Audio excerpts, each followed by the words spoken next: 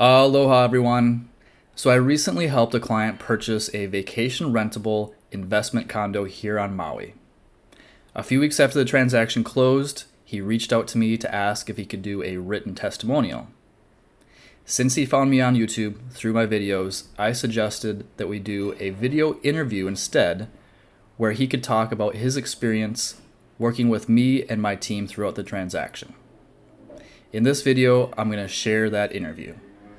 Hey Ray, so thanks for doing this. When you originally reached out to ask if you could do a written testimonial, I figured it was only appropriate, since you found me on YouTube, that we would do a video testimonial.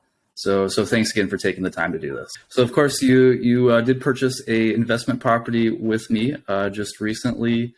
And just have a few questions to run down. Hopefully, everybody, myself included, will learn some things through this. And so let's jump right in. So how long were you thinking about buying an investment property on Maui, and what inspired you to reach out? Yeah, I think we were thinking generally about investment properties, not specific on the location, but we were kind of like, we should do something. And we had a trip booked for Maui, and we said, this is like our fourth or fifth time now going. So we had an open mind, like this is something that we'd want. So we were probably thinking about it just for a couple months. So not very long, but kind of in that month we started doing research and watching a bunch of YouTube videos on owning a vacation rental and all the kind of quirks and things that come with it. So we kind of did a crash course of it before we ended up reaching out to you. So what eventually led you to choose the property that you did end up buying? Yeah, I mean, the market conditions, I guess, being what they are, and the interest rate environment and all that stuff, really, I think we started out wanting something bigger, like a 2-bedroom, 2-bath. We ended up buying a 1-1, thinking like, hey, we'd like something that we would want to, in the future, be able to retire and move into. And that's where we kind of started. And then we kind of pared it back. One, just to be budget conscious. And then secondly, when you start looking at a property as an investment versus like, I want to live here, your lens of it kind of changes. And we looked at the market and we said, well, a 1-1 actually potentially gives us a better ROI than some of the 2-2s that were in our price range. We didn't want to break $1 million. Better to do a 1-1 because it's a better, ROI on that. Yeah. That's a conversation I have with pretty much all my clients. Up front is, what are your goals? And, if it's truly just an investment and you're looking for the ROI, people are really surprised to find that it's the 1-1s, and the studios tend to pencil up better. And I think that you discovered that, as you started to do your research and we started to crunch the numbers a little bit as well, the challenge becomes, how do we combine that desire for the highest possible ROI and something that you also can use personally and truly enjoy personally? Right. And I recall when you and I first connected, there was one property in particular that was like, I think this one might be perfect for you guys. And I don't always have something queued up like that. With low inventory, it's not always the case that I have the ideal property in mind. And tell me if I'm wrong, but I think the one that we talked about originally and it ended up being the one that we ended up buying. I think so. Yeah, we had, I think that one had just come on the market maybe a day or two before we had talked. And that was like a week before we were heading out there. And yeah, that is the one that we ultimately purchased. And we looked at a couple others. I have several others like online. And then, yeah, I think just from what it was, there was a rental history, it was a kind of turnkey, ready to go as it was. So it just made a lot of sense Good. Well, yeah. So, and I pride myself on the team. It's not just myself that's doing the work. I do a lot of the upfront work to make sure we manage expectations and find the right property. But truly, it's a whole team effort in order to get the transaction from acceptance to closing. And I know a lot of people rely on their realtor to point them in the right direction for the right vendors. We definitely did that with you. Yeah, absolutely. I think you took all my recommendations, and and in a sense, I stick my neck out when I do that, because I take responsibility for all the people I refer to. But at the same time, it does tend to make my job a lot easier when everybody's working well together. So, Yep. So it seemed to go pretty smooth that way. So before we even started the process of looking at properties together, I introduced you to my preferred lender, one of my preferred lenders, David Brown. How was your experience working with David through the lending? Yeah, David was great. He let us know what documents to send him. We sent him all the stuff we needed to send him. And then he looked at that, gave us a call, and we had already, again, had a very specific property in mind. But he was able to let us know like what our, affordability was on it, or like what we could pay on it, based on what our existing sort of, debt to income scenario, and really walked us through some of the nuances, because things are a little bit different in Hawaii than here in the mainland. How much you have to put down, and you informed us of a lot of it as well. So that was helpful. And then throughout the process, beyond the pre-qualification, but just as we got into escrow, he and his team were on top of it. He would text me and say, "Hey, this document's coming to you. This document's coming to you," which I always appreciated. He let me know before even escrow had sent a document sometimes. Yeah. That things were on the way. So, they were definitely good to work with. And I've had the experience of working with, 5-6 lenders, over the last number of years. And they definitely, were on top of it.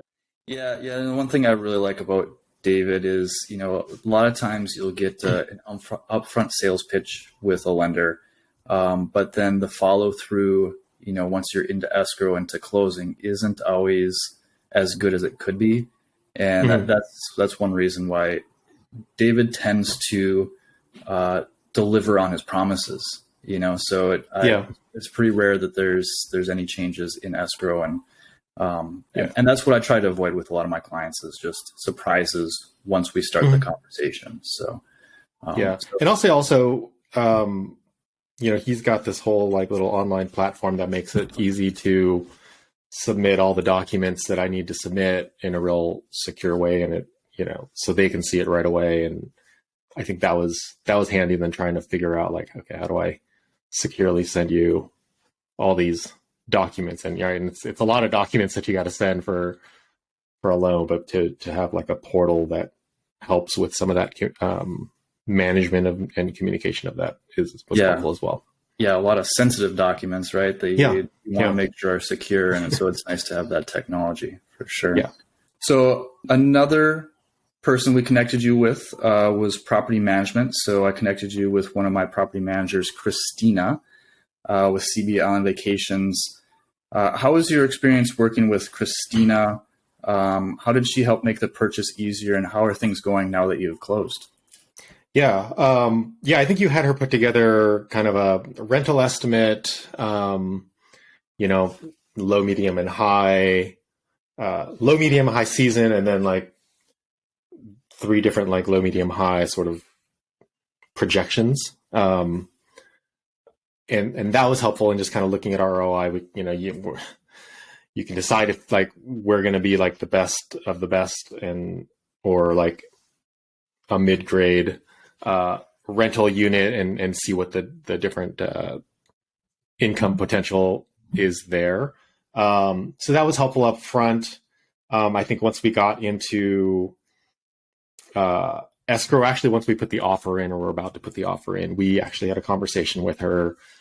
She was familiar with the complex that we were at, and looking at the Airbnb existing listing, like she could say, hey, this, we'll probably want to do this and this and this.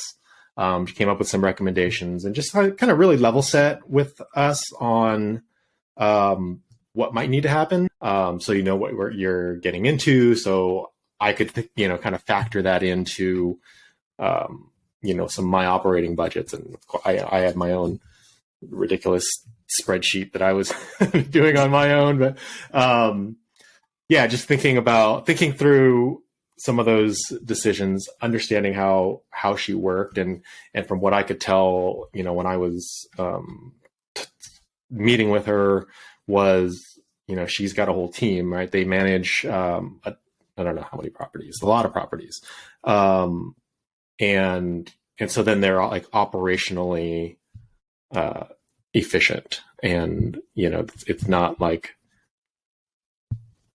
I don't know. It takes a lot of the guesswork out of it, right? They've been there, they've done that, and worked with a ton of owners. So that gives me some peace of mind as well. Yeah. And again, like David, what I appreciate about Christina is she tells you how it is, right? Yeah. Nobody's trying to sweep anything under the rug. Nobody's trying to make it seem better than it should be. It's like these are the numbers. This would be the cost for example, adding a split system AC. And at the same time, here's what your rental income expectations are. No promises, right? Mm-hmm. This is at the current market rate. This is kind of the range that we're seeing, and run your numbers based on this. And not all property managers are willing to share those kind of numbers. Or have the capabilities to crunch those numbers. But I think it's so important for people to have that understanding up front of what to expect when they go into a purchase. So, right. And I think it's important in our industry, right? When you're looking, especially as a off island, remote owner, right? Like this company is essentially managing my business.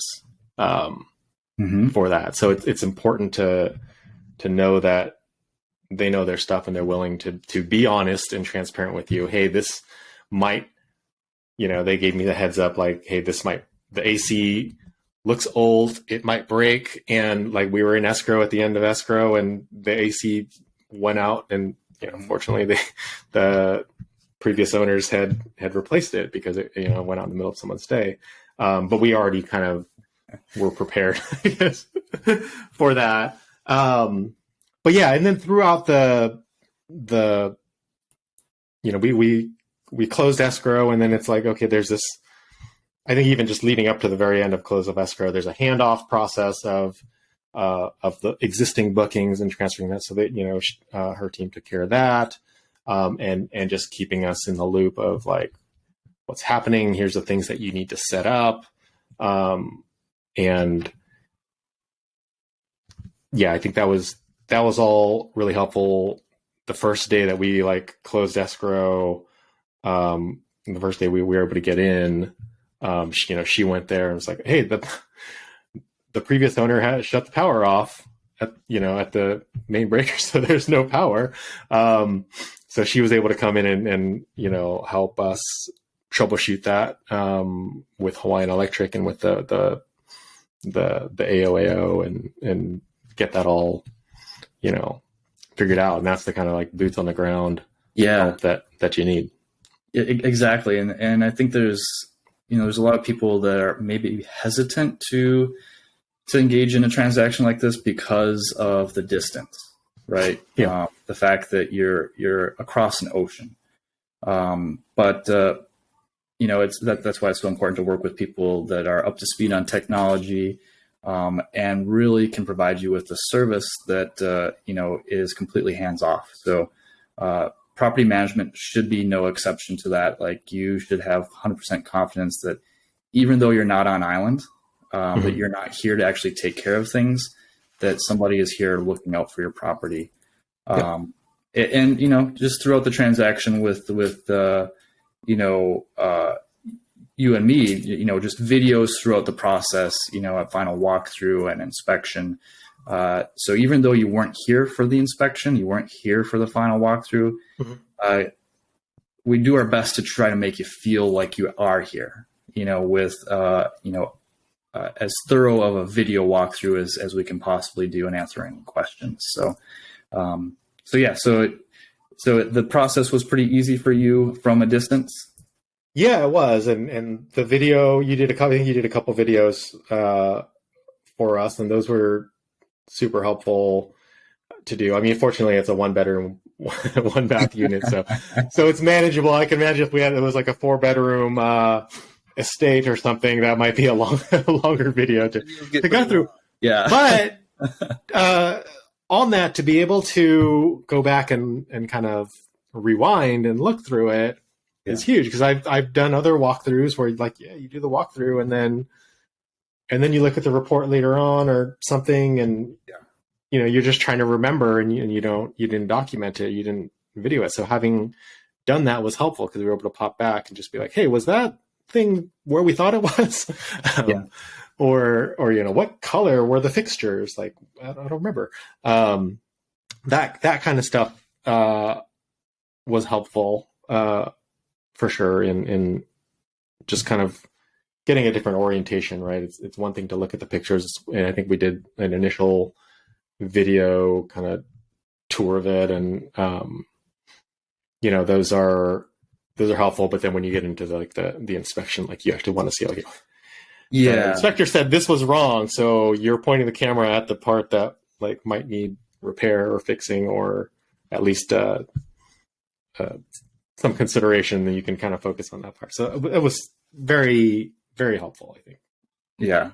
Listing photos can be deceiving, right? It's the, for sure. It's the listing agent's job to present the property in the best possible light. So, so it's important to have somebody there that's actually looking at it through not a sales lens, but just as, hey, this is what it is, you know. Right. Again, taking the rose-colored glasses off and presenting the fact as they are. And on the flip side, you know, inspection reports can be scarier than they should be, because, you know, sometimes they don't have, it's just not as thorough as a video, just to look at well, you don't always have the context, right? If they say like, oh, there used to be mold here, there's evidence of some mold here. Like, if I've never seen it, like, I was freaking out. I think yeah. Right. And then you're like, no, it's like, you show me a video and you're like, no, it's nothing. Like, that was 5 years old. Like, and that's, you know, so that is something that appears on all of our reports is, you know, the ambient air is high moisture content, mix it with a little dust. And then what they have is what they call spotting in cabinets and countertops and stuff like that. And it's like, no, it's just cleaning. But it needs to be called out. The inspector's job is to call out any sort of evidence of mold spotting. But essentially, it's just, we got to wipe it down, right? It's just part of living in Hawaii. So that it goes both ways, right? The videos help you see the real deal, but also make it so it's not quite as scary, right? So we also introduced you, and you worked closely with my assistant Michelle throughout the process. Yes. And Michelle jumps in after we get into escrow, and she starts to help with the transaction coordination. So she helps with the timeline and making sure that we dot all the I's and cross all the T's, and everybody's up to speed on, you know, contingencies and all that stuff. I know you mentioned how you thought she was really organized. Tell me a little bit about working with Michelle and how she made your job and my job easier. Yeah, I think just from the get-go, there was a giant, like, you know, punch list of, these are the things that are going to happen, and these are about when they're going to happen. I think those got adjusted as our escrow went on. But then beyond that, it's one thing to like look at that right before we, like, right when we, right when we open escrow. But but then every, like, I think it's, like clockwork, every Monday, like we got, hey, this is what's going to happen this week, is helpful, because otherwise, there's times where you're in a bit of a black box, right? Escrow's doing stuff, things are happening, the seller is doing their thing. I'm responsible for, signing a ton of paperwork. And so she's kind of on top of it with, hey, I sent you this yesterday.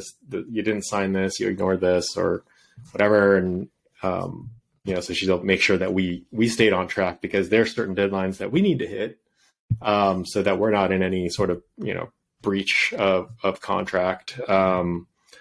And so she was kind of on top of that. And like in transactions like this, there's a lot of paperwork, there's a lot of things to sign, and things can fall through the crack, right? There's days where I got like 6 different DocuSigns to deal with between, the transaction, between you guys and escrow and the bank, and the lender. Yeah, it's crazy. And then if we ever had any questions, then I could reply. And you guys were both always on the email, so either she would reply or you would reply if it, was something more about clarification of, like, what does this actually mean?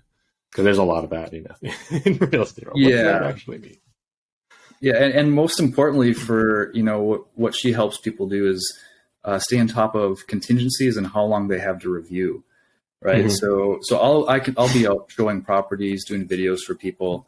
And I'm not necessarily chained to my desk, but as soon as something comes in, a document from the seller's disclosure or condo docs, she immediately relays it to you. So there's no delay in that. And then she's going to say, hey, you have 7 days to review this. Right. Right. So that gives you the opportunity to be like, okay, like, I have time to look through this. This is exactly how much time I have before I have to sign off on it.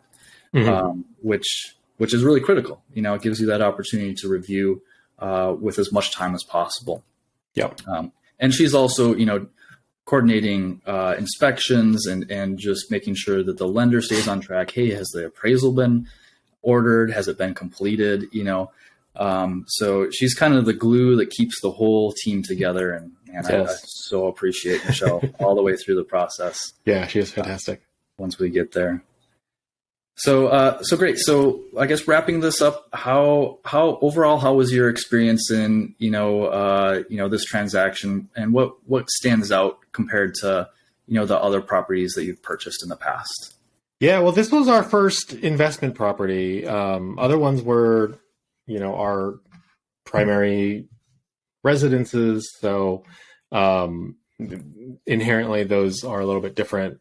But yeah, I mean, we were really happy with how the transaction went. There were some back and forth, so we had to, reach out to the seller to get some things changed or fixed and things like that.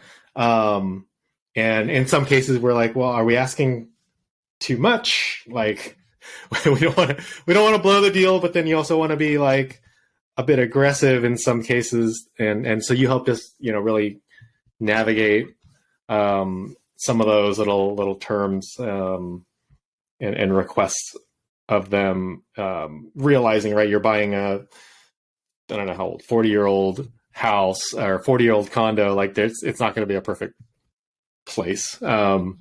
So we needed to have that guidance of like, okay, what can we ask for? What should we ask for? And then what should we not ask for? Like, we don't want to upset anyone and get emotional about these things. I remember one of the things that was on our inspection report was the AC that you mentioned. Yeah. Right? Yeah. And you had intended to replace it with a new split system. And I was like, hey, you guys, make sure you're looking at the AC, on this inspection report. I think it's making a funny noise. I think it might be worth asking to have that replaced, or at very least, some of the things that are wrong with it fixed. So in that case, I was actually encouraging you to like, let's make sure we ask for this. Yeah. And it turned out to work out perfectly, because they ended up giving us a brand new air conditioning before we closed, which was a nice little surprise at the end. For sure. Yeah. So, okay, Ray, any final thoughts? Otherwise, thanks so much for providing your feedback, and I really appreciate your business and your trust throughout the process. I'll say that you guys were fantastic to work with. We did ask for a lot from the other side going through it, but I think we rode that line of not being insulting, but still being aggressive really well. And that's also a credit to you and, your ability to navigate that and navigate that fine line, just like you said. Yeah. So. Yeah, it's true. It was tricky too, I think, with the markets changed. And I think for us also, like, we had lived in California and Arizona. So, Hawaii is different. It's a different market in a time that is very much in flux, right? So we're in this shift, I think, from sellers to a buyer's market. And I don't know, we're somewhere in the middle. So we were able to, I felt more comfortable asking for more. Mm-hmm. In California, it was like, hey, you buy any house, it's as is, and you paid way over asking, and you make no concessions. Think of asking. Yeah. We were in this market, in that exact market, 3 or 4 months ago, where it's like, right. You can ask, but it's not going to get you anywhere, and it just might upset the other side. So don't even think about it. But you're right. We're shifting now into a little bit more of a, flexibility with that sort of thing. Yeah. So, I think overall, the experience was great. I